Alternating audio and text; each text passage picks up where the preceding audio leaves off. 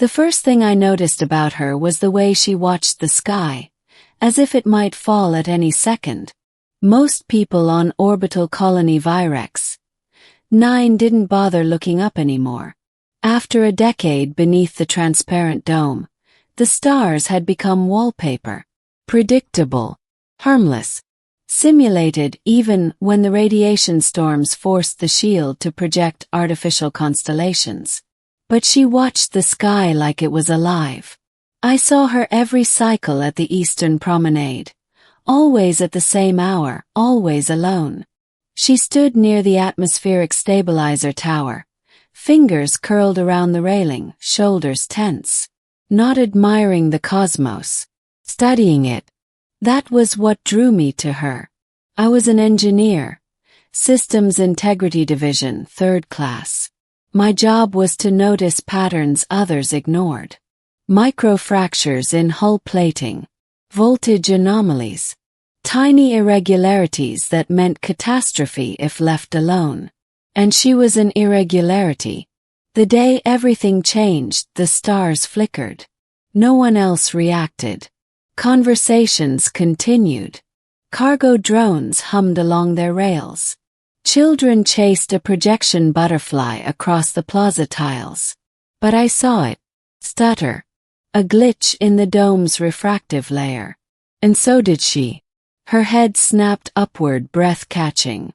Her fingers tightened on the rail so hard her knuckles went pale. That was when I knew. She wasn't watching the sky for beauty. She was waiting for something. I approached slowly. "Excuse me," I said. "Did you see that?" She turned like a startled animal. Her eyes were too wide, pupils dilated beyond what the ambient light justified. "See what?" she asked quickly. "The dome flicker." Her gaze darted upward again, then back to me. Suspicion flashed across her face. Sharp, defensive. "You're mistaken." "I'm not," I said calmly. Refractive layer lagged 0.03 seconds. Either a sensor fault or... "I said you're mistaken." Her voice cracked. Not with anger. With fear. That was the moment I realized she wasn't hiding information from me. She was hiding from something else. For 3 days I ran diagnostics. There were no recorded faults in the dome system. No logs. No alerts.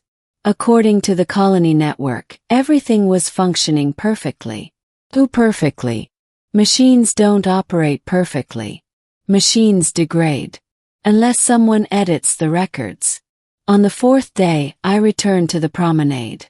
She was there again, staring upward. I didn't bother with pleasantries. "The logs are falsified," I said quietly. She froze. Slowly she turned toward me. "You need to stop talking." "I can't. Because something is wrong with the dome, and you know what it is." Her breathing quickened.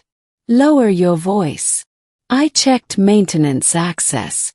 Someone's been manually overriding the atmospheric shield calibrations every 6 hours. That's not standard procedure. Her eyes scanned the plaza. People passed by, oblivious. A cleaning drone rolled between us, humming cheerfully. She stepped closer.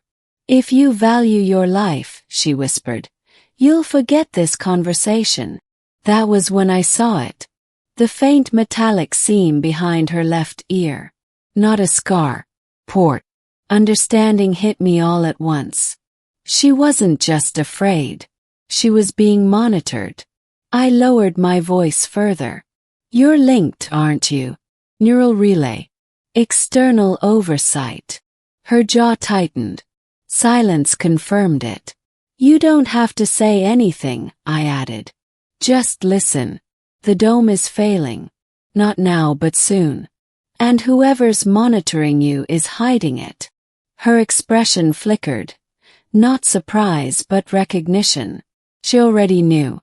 "I can help you," I said. Her reaction was immediate and violent. She stumbled backward, eyes wide, shaking her head. No, you can't. You don't understand." I understand enough. No. People turned at her raised voice. She forced a smile for them, laughed awkwardly. They lost interest. Then she grabbed my sleeve, nails digging in. They're listening, she whispered. They're always listening. Who? Her lips trembled. The ones who built this place. My pulse quickened. The founders. The architects of Virex. 9 had left decades ago, abandoning the colony to its automated governance network. Officially, the system ran itself. Unofficially, no one actually knew. They didn't leave, she whispered. They're watching, testing, adjusting variables. You're a variable. She nodded once. My stomach tightened. And the dome? Yes. Her voice dropped to a thread. It's not failing. It's being turned off. Every instinct I had screamed that she was telling the truth. Not because it made sense. 'Cause it didn't. Real danger never made sense at first. When? Yes. Her grip tightened. Soon. How soon? Her eyes glistened. Soon enough that they already know you're asking. Cold realization crept through me. They're monitoring your neural feed. She nodded. So they can hear me. Another nod. Right now. Her silence was confirmation. I swallowed. Then I did the only thing I could. I reached for her. I panicked. Her body jerked backward, eyes wide with terror. Don't touch me. People turned again. But I didn't stop. Because I wasn't trying to grab her. I was reaching for the port behind her ear. If they're linked to you, I said urgently, they're using you as a relay node. A biological antenna. If I sever the connection, they'll know. They already know. Her breathing became ragged. Her hand shook violently. You don't understand what they do to variables that interfere. Then we won't interfere. She stared at me, confused. We'll disappear. That made her hesitate. Just long enough. Lunged. Not at her. The port.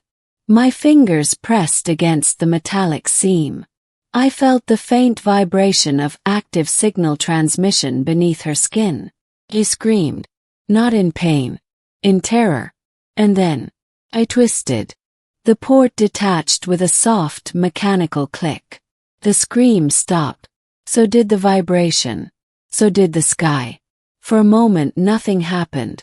Then the stars went out. Not dimmed. Not flickered. A collective gasp rose from the promenade as the dome turned transparent in its truest sense. Above us was no longer the gentle illusion of filtered cosmos. It was raw space. Violent. Radiation storms crackling like silent lightning across the void. The protective shield shimmered weakly, its power visibly fluctuating. People began to panic. She stared upward, tears streaming down her face. They see us now, she whispered. Good, I said. She looked at me, startled. Across the sky something moved. First it looked like a distortion, a ripple in reality. Then it resolved into shape. Structure. Enormous. Angular. Mechanical. Ship. It hadn't arrived. Had always been there. Hidden. Watching. They kept the dome projection active so no one would notice it, I said. You were their sensor. Their eyes inside. Her voice trembled. What have you done? I cut their feed. The ship shifted. Lights flared along its hull. The shield around the colony flickered dangerously. They're going to purge us, she whispered. I shook my head. No, I said quietly. They're not. How do you know? Because the ship wasn't powering weapons. It was powering engines. The massive structure began to drift backward, slowly retreating into the darkness. Running. They weren't observing us, I said. They were hiding from something. Her eyes widened. As if on cue, space itself trembled. A ripple spread through the stars, like fabric pulled too tight. Something vast moved beyond perception. Something that made the enormous ship look small. They used the colony as camouflage, I continued. If anything came looking, it would see us first. Not them. Her lips parted, horror dawning. We were bait. The distant ripple shifted direction. Toward the retreating ship. Not toward us. The stars steadied. The radiation storms calmed. And slowly, the sky returned to stillness. Minutes passed. Then an automated voice echoed through the colony. External surveillance terminated. Threat vector redirected. People cheered. They thought the danger had passed. They thought they'd been saved. She looked at me, shaking. You knew that would happen. No, I admitted. I just knew whatever was watching you wasn't protecting us. Her gaze drifted upward again. For the first time since I'd met her. She wasn't afraid of the sky. I thought you were trying to hurt me, she said softly. I know,